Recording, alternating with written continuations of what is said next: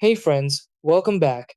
If your Tempur-Pedic adjustable bed remote suddenly stops working, don't panic most of the time. The fix is simple.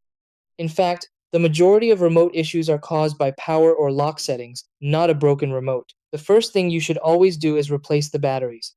Weak batteries can make the remote completely unresponsive or cause delayed button presses, so install fresh ones and double check the positive and negative ends are facing the correct direction. Next, make sure the adjustable base itself is getting power. Confirm the bed is plugged into a working outlet by testing the outlet with another device.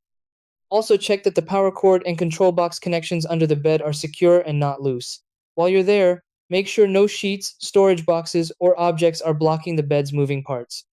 One of the most overlooked issues is the child lock feature. When enabled, the remote appears dead even though it's working fine. To unlock it, press and hold the head down and foot down buttons together for about 3 seconds until the remote light flashes. If that doesn't work, try holding head up and foot up, or foot up and foot down together for a few seconds until the remote responds.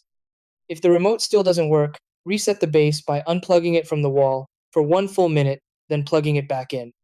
For newer models like the E series, you may also need to repair the remote using the pairing button on the back or the battery backup box under the bed.